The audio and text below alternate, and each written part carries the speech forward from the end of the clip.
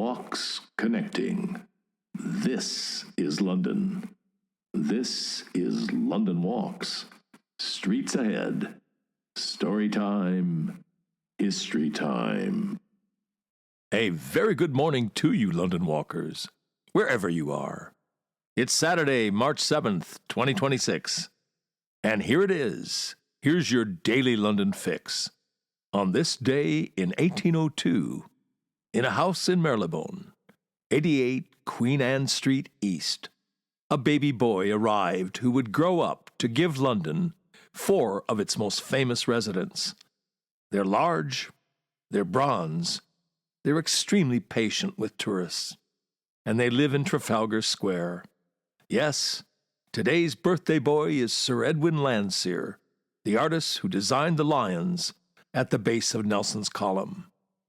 Those lions, the ones children climb, the ones selfie seekers hug, the ones pigeons once treated as a sort of municipal perch. Millions of people know the lions. Far fewer know the man. Landseer was a prodigy, a genuine one. Not the sort of prodigy parents claim when a child produces a slightly recognizable stick-figured giraffe.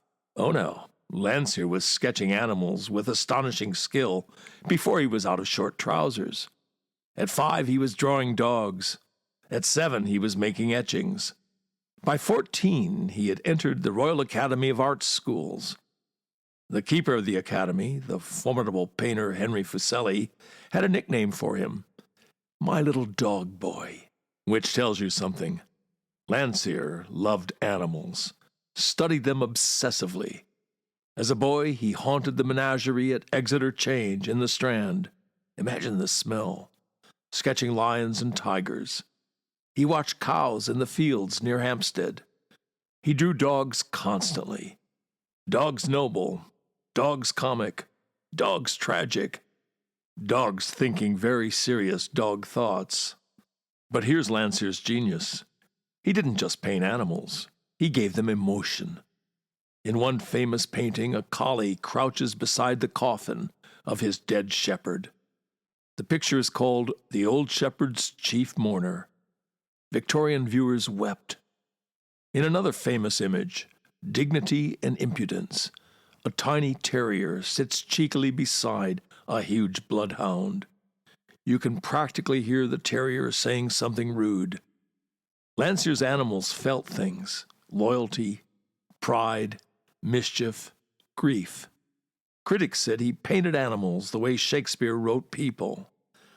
Then came Scotland. Landseer traveled north in the 1820s and fell hopelessly in love with the Highlands, the mountains, the stags, the drama of weather and wilderness.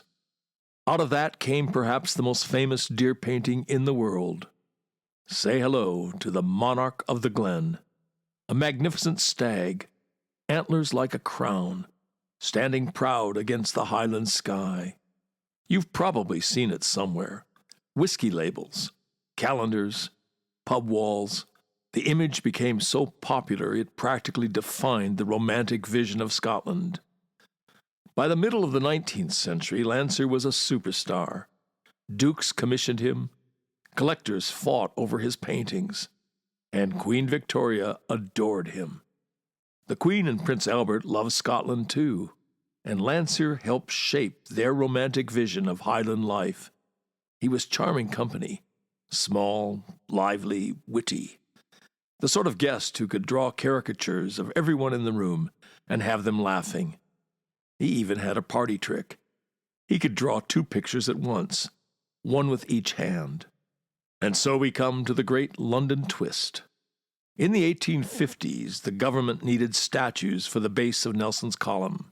4 lions, majestic guardians for Britain's greatest naval hero, Horatio Nelson. For reasons that still make historians smile, they chose Landseer to design them. There was just one tiny complication.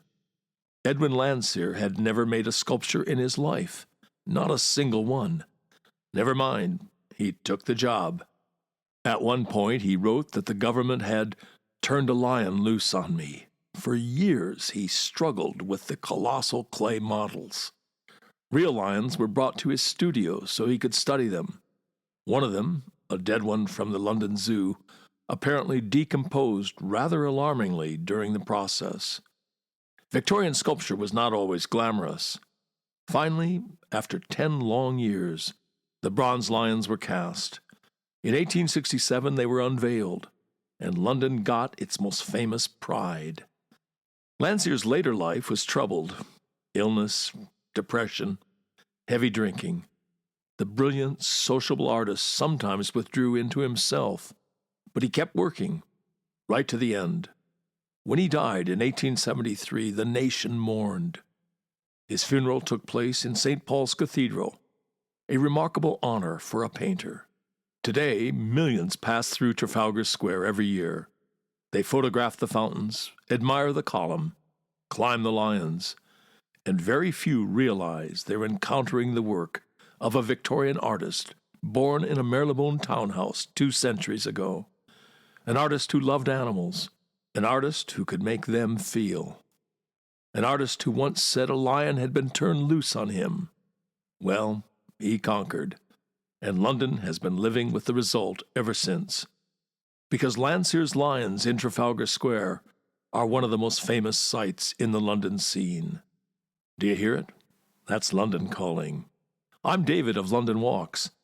And look, if you enjoyed finding out a little bit more about this splendid London tableau, this quintessential London story, well, there are hundreds, no, thousands, tens of thousands more where that came from.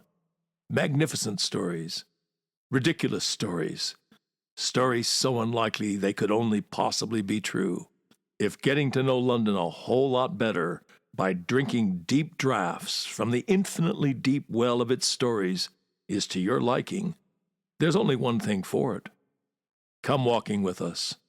Because London isn't just a city. It's a story walking past you everywhere you go, everywhere you look. London Walks guides. They're the genie in the bottle. They make the new familiar, and the familiar new. You let that genie out of the bottle, the London merry-go-round turns into a magic carpet ride. Before you know it, statues are talking, alleyways are whispering, and history is nudging you in the ribs. Nothing more to be said, really, except good day and good walking. May the force of good Londoning be with you. See you tomorrow. Streets ahead.